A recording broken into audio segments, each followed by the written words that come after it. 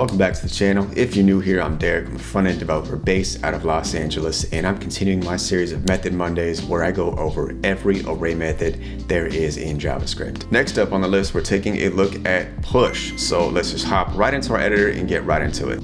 Okay, so push, it adds one or more elements to the end of an array. That's basically it. It can accept multiple elements as arguments and append them in order, so good to know. And lastly, it returns the updated length of the array after the elements have been added. So for our first example, let's push numbers to an array. We've got const numbers here, just 1, 2, 3. Then let's take numbers, hit it with our push method, and we'll push onto it 2 more numbers. We'll do 4 and 5. Now let's just log that to the console. And there we have it, our array, which is now 1, 2, 3, 4, 5.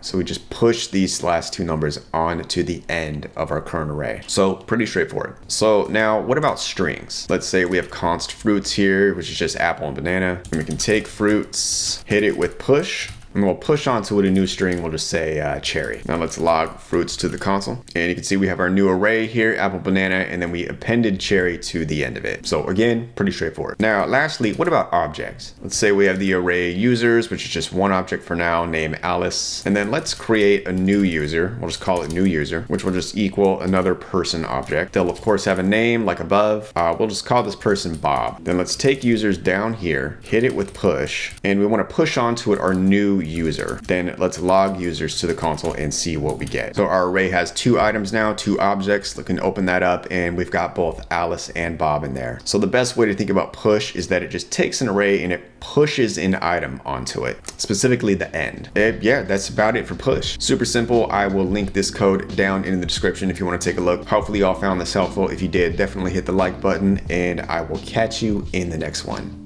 Take care.